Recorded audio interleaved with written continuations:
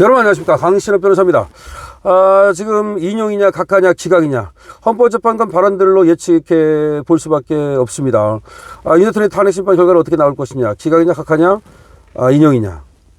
더 퍼블릭에서 보도를 하고 있는데요, 날선 질문, 설사적 엄격함 속에서도 정치적 현실을 고려한 판단 예상, 비상계엄 선포는 대통령 고유 권한, 중대한 의원 판단은 어려울 수 있다, 재판관 4명 침묵한 가운데 인용 정직수 6인 확보 쉽지 않다. 한마디로 말하면요, 6명 확보하기 어렵답니다. 간단합니다. 6명 확보하기 어렵습니다. 즉 6명 못 모았습니다.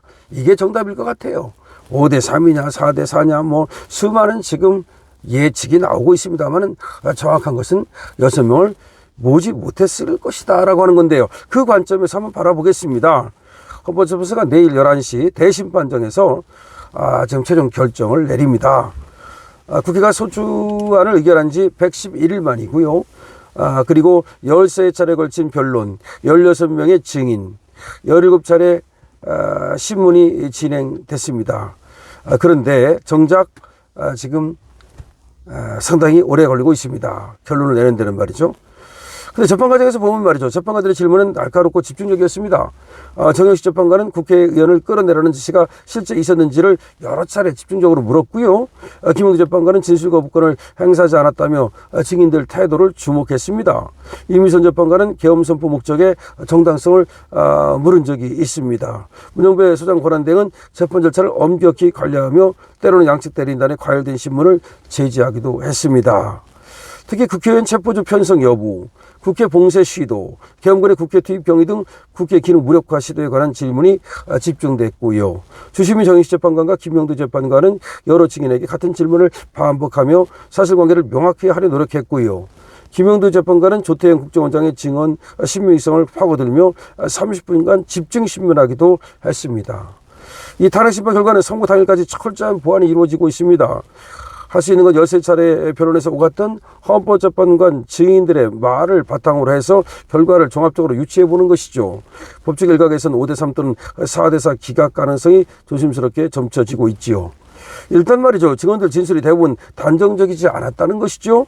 발언이 엇갈리고 표현이 일관되지 않았습니다. 확고한 사실관계를 확립하기 어려워요.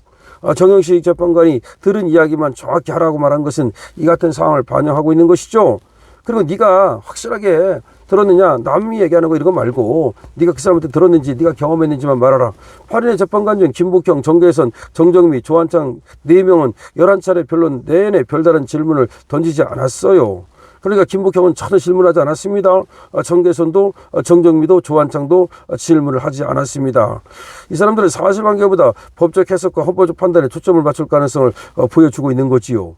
비상계엄 선포는 대통령의 고유 권한이며 사후국회가 이를 통제할 수 있다, 이런 건데, 어쨌든 비상계엄 선포는 대통령이 자기의 고유 권한에 따라 선포했습니다. 국회는 이를 나중에 통제했어요? 그러면 이것이 더 이상 문제가 되나요? 이런 얘기입니다. 계엄 관련 논의가 실제 계엄 발령으로 이어지지 않았고 그 과정에서 법 위반이 있었다 하더라도 탄핵 요건인 중대한 요건에 해당하지 않는다는 지적도 있습니다. 상권분리 원칙상 대통령의 권한 행사가 사법적 판단 대상이 되기 어렵다는 설명도 있어요. 무엇보다 과거 2차례 대통령 탄핵 심판과 다릅니다. 현재는 말이죠, 찬반 여론이 팽팽하게 맞서 있습니다. 어느 한쪽 손을 들어주기 부담스러운 상황이죠. 이에 재판관들 의견이 나뉘었을 가능성이 많은 겁니다. 그런데 6명을 모아야 돼요. 6명을 모으는 것이 근데 쉽지 않습니다. 심리 과정에서 방어권 문제, 오염된 증언의 판단 여부 등 절차적인 문제들도 굉장히 말이 많아요. 따라서 여기에 대해서도 각하를 하자는 사람들이 분명히 많았을 것으로 생각이 되는 겁니다. 형사소송법 준용하게 되면 말이죠, 엄격한 증명을 해야 되는데 과연 엄격한 증명의 원칙에 의할 때 증명된다고 할 수 있나요? 지금 여러 가지 의견이 나오고 있습니다만은 정영식 재판관이 사실은 다수 의견 쪽이다, 정영식 재판관이 간 쪽이 다수 의견이다는 말이 나오고 있습니다. 왜냐하면 말이죠, 이 주심이기 때문에 이분이 다수 의견이면 다수 의견의 논거를 이분이 쓰게 되고요. 이분은 소수 의견이면 다수 의견은 다른 사람이 쓰고 이번에 성소 의견을 쓰게 돼요. 근데 정영식 재판관이 주심이다 보니까 아무래도 정영식 재판관 쪽으로 따라갔다는 얘기가 있습니다. 그럼 편하잖아요. 자기는 안 써도 되잖아.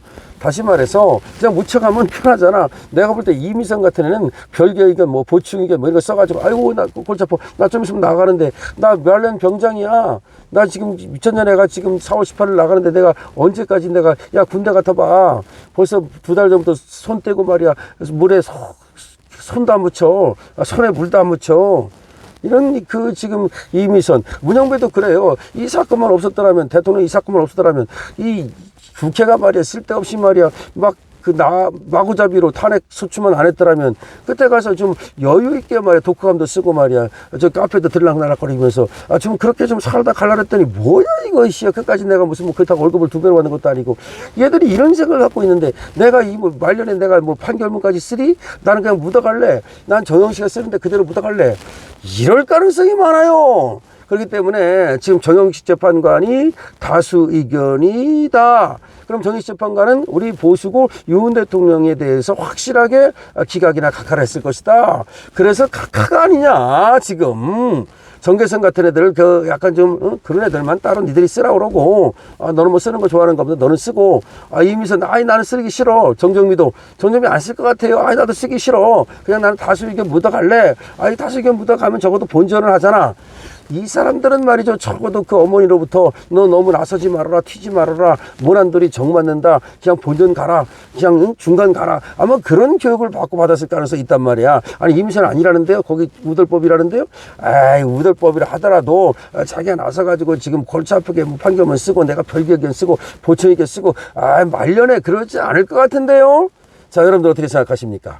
자, 어쨌든 간에 지금 나오는 얘기는 지금 나오는 전체적으로 봐서 말이죠. 정영식 재판관이 다수 의견 쪽이라는 얘기가 나오고 있습니다. 그리고 지금 여러 사람들의 발언으로 지금 쭉 발언들을 소개시켜 드렸어요. 헌법재판관들. 그리고 어떤 것을 집중적으로 물었는지도 말씀을 드렸어요. 이런 것들로 지금 예상해 볼 때 한마디로 말하면 6명을 모으지 못했다. 아니 그 누구는 얘기 못합니까? 뭐 지금 4대4다 5대3이다 7대1이다 다 지금 벌써 답이 나온 것처럼 얘기하고 지금 뭐 김복경 재판관이 뭐 3월 27일 다 끝났는데 왜 선고 안 하냐고 찾아가가지고서 3월 31일 날 난리를 치니까 그래가지고 4월 1일 날 아침 10시에 회의를 열어가지고 선고 기일을 정했다 그러던데요. 사실은 3월 24일 뭐 고성이 오가고 3월 24일 날 엄청 난리가 났다 그러던데요. 물론 그런 얘기도 다 제가 전해드렸죠. 그런 얘기도 전해드리고, 그런 얘기도 있고, 가능성도 있고, 뭐, 무엇은 가능성이 없겠습니까? 하지만, 또 이런 어떤 그 분석은 말이죠. 6명을 모았나? 라는 관점에서 바라보자는 거죠. 6명을 모았나? 이 관점에서 바라보면 6명을 못 모았다. 왜 그러냐? 여기에 지금, 증거가, 그래. 지금 정영식 재판관이라든지 이런 분들이 코치코치 캐물었잖아요. 김영두 재판관 이런 분들이. 왜 코치코치 캐물었어요? 야, 들은 얘기 말고, 네가 저기 다른 사람이 하는 얘기 말고, 네가 직접 그 사람들 들었는지, 네가 직접 경험했는지, 그 얘기만 해. 이렇게 확실하게 말이죠. 한번 김영두 재판관도 계속 캐물었잖아요. 그러니까 증거 있어? 증거적 관점에서 바라볼 가능성이 있단 말이에요. 이렇게 따지면 증거 없죠. 그래서 이런 사람들이 이게 따지는 사람들인데 증거도 불분명한데 윤 대통령을 탄핵시키겠다 이렇게 하겠습니까? 6명 모으지 못했다는 얘기가 나오고 있습니다. 6명 모으지 못했다는 관점에서 바라보면 좀 더 쉽게 우리가 이 사건을 대할 수가 있죠. 그리고 결과를 예측해 볼 수 있죠. 강신업 TV입니다.